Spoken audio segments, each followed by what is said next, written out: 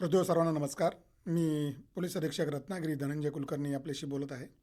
आपल्या सर्वांना कल्पना आहे, राजापूर येथील जी कथित घटनेसंदर्भात सोशल मीडियावरती ज्या उलटसुलट प्रतिक्रिया, व्हिडिओज, पिक्चर्स आणि पोस्ट चालू आहेत, त्याच्याबद्दल मला सर्वांना अपील करायचं आहे. मी आपल्या सर्वांना सांगू इच्छितो, ह्या संदर्भात जे काही अफवा पसरवल्या जातात, काही लोकांनी त्याचे व्हिडिओ एडिट करून त्यांचे व्हिडिओ म्हणून त्या ठिकाणी पोस्ट केलेले आहेत. कृपा करून अशा कुठल्याही व्हिडिओवरती, अशा कुठल्याही पोस्टवरती आपण भरोसा करू नका.